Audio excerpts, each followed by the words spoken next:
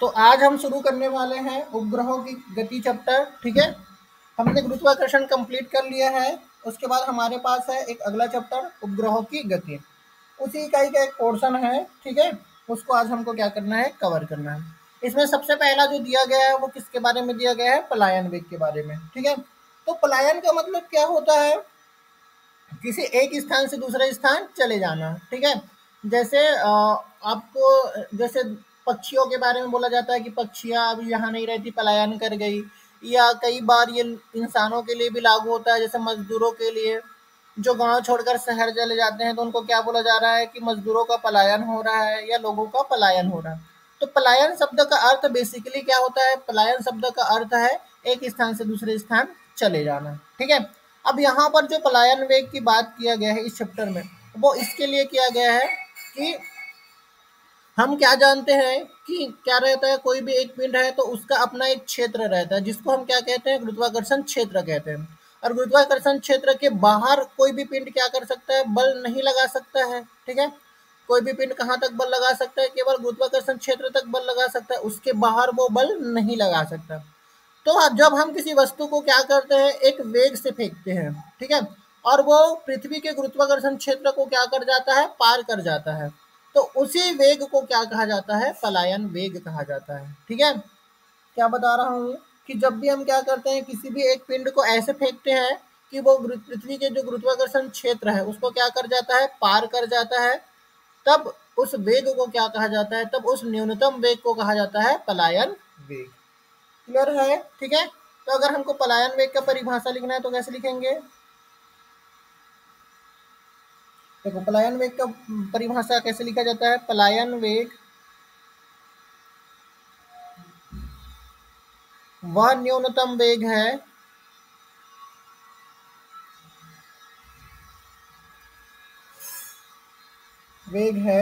जिससे किसी पिंड को फेंके जाने पर, जिससे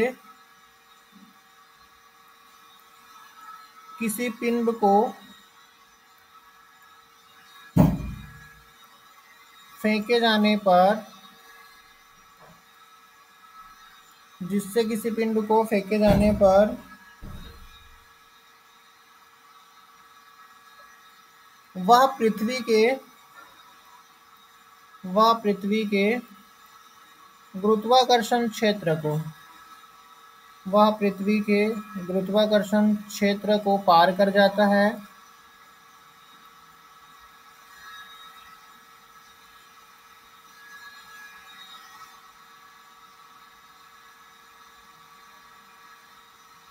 और पृथ्वी पर कभी, है ना, और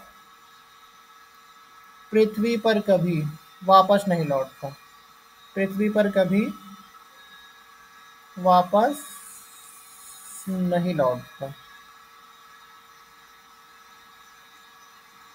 ठीक है, मतलब कि वही है कि जब हम क्या करेंगे, किसी भी वस्तु को क्या करते हैं, एक न्यूनतम वेग से फेंकते हैं और वो वस्तु क्या कर जाता है, पृथ्वी के गुरुत्वाकर्षण क्षेत्र को पार कर गया और वापस नहीं आता है, तो इस वेग को क्या कहा जाता है, पलायन वेग कहा जाता है। इसमें एक न्यूमेरिकल बनता है। ठीक है, तो इसका हम क्या देखेंगे, न्यूमेरिकल देखेंगे। क्या लिखेंगे, पलायन वेग के लिए, पलायन वेग के लिए व्यंजक।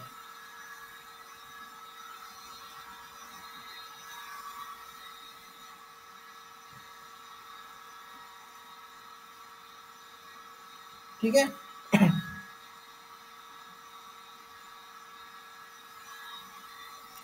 देखो यहां से देखते हैं हम, मान लो पृथ्वी का द्रव्यमान कैपिटल एम, मान लो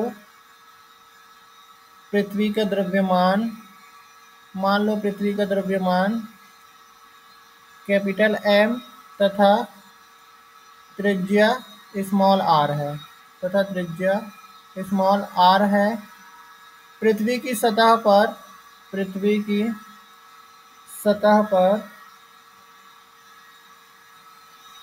स्मॉल एम द्रव्यमान की एक वस्तु रखी गई है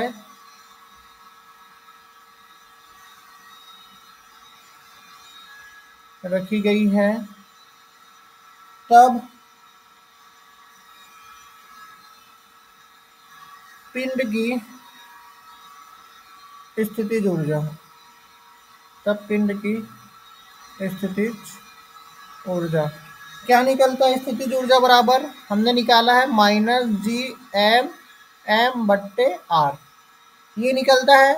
लेकिन हम यहाँ पे दूरी को क्या ले रहे हैं? त्रिज्या r है, इसलिए यहाँ पे क्या लेंगे हम? कैपिटल R लेंगे। ठीक है, यहाँ पे क्या ले लेंगे हम? कैपिटल R ले लेंगे। ठीक है, अब देखिए, अब थोड़ा सा बात को समझना है। क्या समझना है कि जब हम पिंड को क्या करते हैं, पृथ्वी की सतह से फेंकते हैं, ठीक है, जब हम क्या करेंगे, पिंड को फेंक रहे हैं, तो फेंक रहे हैं तो गुरुत्वाकर्षण बल किधर लगता है? नीचे की ओर। और वस्तु को हम फेंक रहे हैं किधर? ऊपर की ओर। मतलब गुरुत्वाकर्षण क्षेत्र के क्या करेंगे हम? विरुद्ध कार्य करेंगे। ठीक है, और विरुद्ध कार्य करेंगे मतलब क्या होगा? उसकी स्थितिज ऊर्जा में क्या होगा? वृद्धि होगा। ठीक है, समझ में आ रहा है मैं क्या बताना चाह रहा हूँ? कि अगर हम किसी पिंड को जब हम ऊपर फेंकते हैं तो हमको क्या करना पड़ता है? गुरुत्वाकर्षण के विरुद्ध कार्य करना पड़ता है। और जब गुरुत्वाकर्षण के विरुद्ध कार्य करते हैं तो पिंड की स्थितिज ऊर्जा में क्या होता है? वृद्धि होता है ना? तो इस बात को आप लिखना चाहो तो लिख लेना, मैं लिख नहीं रहा हूँ, बस बता रहा हूँ। ठीक है, तो यहाँ से क्या हो जाएगा? पिंड की गुरुत्वीय स्थितिज ऊर्जा में वृद्धि, गुरुत्वीय स्थितिज ऊर्जा में वृद्धि, गुरुत्वीय स्थितिज ऊर्जा में वृद्धि, ये कितने के बराबर होगा? ये बराबर हो जाएगा किसके? अनंत पर पिंड की स्थितिज ऊर्जा, पिंड की स्थितिज ऊर्जा माइनस क्या हो जाएगा? पृथ्वी की सतह पर, पृथ्वी की सतह पर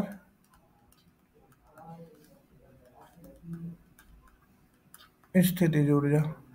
ठीक है, ये इक्वेशन क्यों लिख रहा हूं? आपको समझ में आना चाहिए। इक्वेशन इसलिए लिखा जा रहा है क्योंकि जब भी हम क्या करेंगे, किसी पिंड को फेंकेंगे पृथ्वी की सतह से, तो गुरुत्वाकर्षण के विरुद्ध कार्य करेंगे। और जब गुरुत्वाकर्षण के विरुद्ध कार्य करते हैं तो क्या हो जाता है? उसके जो पिंड की जो स्थितिज ऊर्जा है उसमें क्या होगा? वृद्धि होगा।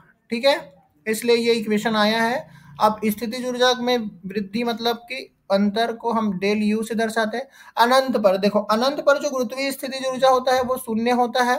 और पृथ्वी की सतह पर कितना निकाले हैं? अभी हमने जस्ट निकाला है -G(m)m और बट्टे में r।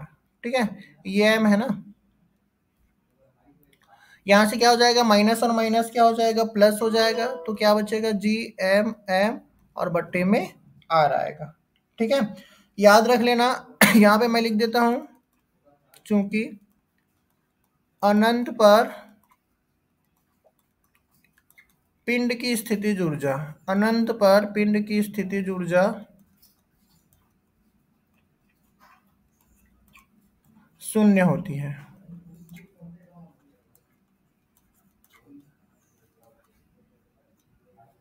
ठीक है, तो यहां से आपको ये बात क्लियर होनी चाहिए।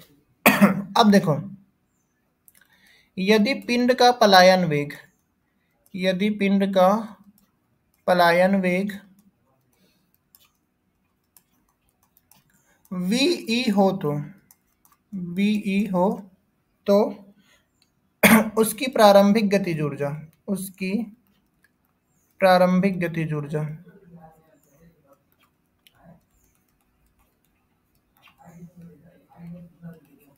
कितना होगा? हाफ एम वी का स्क्वायर। ठीक है, तो देखो ऊर्जा संरक्षण के नियम से क्या हो जाएगा? जितना उसका प्रारंभिक गतिज ऊर्जा रहेगा उतना ही क्या रहेगा? उसका स्थितिज ऊर्जा भी रहेगा। ठीक है, क्योंकि भाई वो प्रारंभ में क्या करेंगे, हम उसको फेंकेंगे, तो प्रारंभ में फेंक रहे हैं तो उसमें क्या रहेगा? गति रहेगा। तो गति में क्या रहेगा? उसका स्थितिज ऊर्जा, गतिज ऊर्जा रहेगा। ठीक है, अनंत पर जाकर वस्तु रुक जाएगा तो उसकी गतिज ऊर्जा भी शून्य हो जाएगा, है ना। तो क्या हो जाएगा बेसिकली होगा क्या, जितना गतिज ऊर्जा रहेगा उतना ही क्या रहेगा, स्थितिज ऊर्जा भी रहेगा। तो क्या हो जाएगा, स्पष्ट है कि यहां से हम क्या लिख सकते हैं, स्पष्ट है कि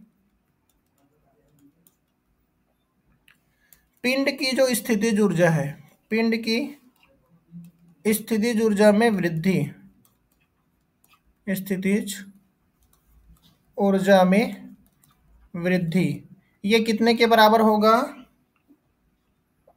उसकी प्रारंभिक गतिज ऊर्जा के बराबर होगा, उसकी प्रारंभिक गतिज ऊर्जा के बराबर होगा।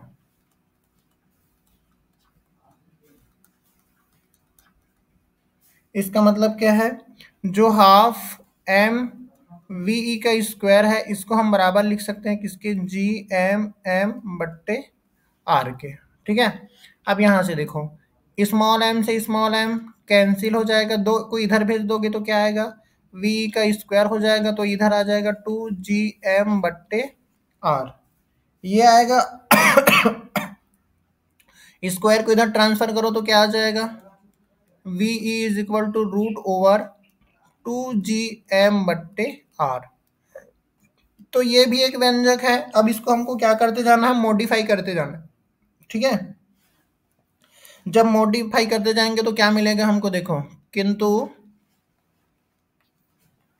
g इज इक्वल टू क्या लिखते हैं हम, जी एम बट्टे आर का स्क्वायर लिखते हैं।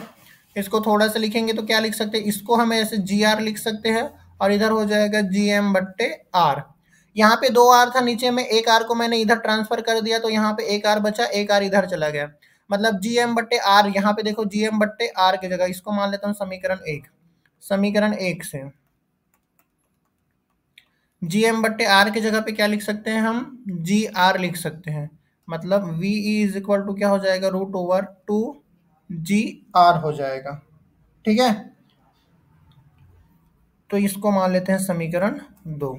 तो समीकरण 1 और 2 है ना, समीकरण 1 व समीकरण 2, समीकरण 1 व समीकरण 2 पलायन वेग के लिए व्यंजक है, पलायन वेग के लिए व्यंजक है,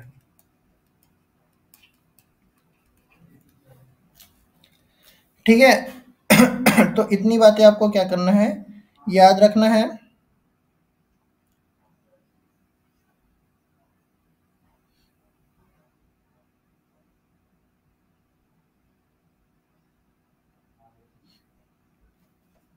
यहाँ पे देखो थोड़ा सा हम एक चीज लिख लेते हैं, पृथ्वी की सतह पर कितनी होती है, पृथ्वी की सतह पर पलायन वेग, इसको आपको याद रखना है, ऐसे निकाल के नहीं याद रखना है, इसको एज इट इज ऐसे ही याद रख लेना है कितना होता है, ठीक है। बट मैं थोड़ा सा आपको बता देता हूँ। जैसे वी बराबर हमारे पास क्या है, रूट ओवर 2gr आया है, आप वैल्यूज रख दो, वैल्यू रखोगे तो क्या क्या मिलेगा आपको, देखो क्या क्या आ जाएगा आपके पास, 2, इसका वैल्यू रख दो 9.8 और आर की वैल्यू रख दो, आर कितना होता है भाई, 6400 किलोमीटर होता है ना। अब इसको 6400 किलोमीटर को जब आप मीटर में बदलोगे तो ये बेसिकली क्या हो जाएगा, 2 इंटू 9.8 इंटू 6.4 और ये हो जाएगा 10⁶ ऐसे कुछ हो जाएगा। जब आप इसको सॉल्व करते हो तो ये आपको मिलता है 11.2 किलोमीटर प्रति सेकंड। तो ये होता है कि हाँ, पृथ्वी पर पलायन वेग का मान, इसको याद रखना है, वन लाइनर में पूछा जाता है कि पृथ्वी पर पलायन वेग का मान कितना होता है। तो याद रखिएगा पृथ्वी पर पलायन वेग का मान कितना होता है, 11.2 होता है। और यहीं पर अगर मैं क्या बताऊं आपको, चंद्रमा की सतह पर पलायन वेग, चंद्रमा की सतह पर पलायन वेग, तो याद रखना चंद्रमा की सतह पर पलायन वेग का जो मान है वो 2.43 किलोमीटर प्रति सेकंड के बराबर है। मतलब कि चंद्रमा पर जो पलायन वेग है वो बहुत कम है और जो पृथ्वी पर पलायन वेग है उसका मान क्या है, बहुत ज्यादा है चंद्रमा की तुलना में। ठीक है, तो ये चीजें आपको ध्यान में रखना है।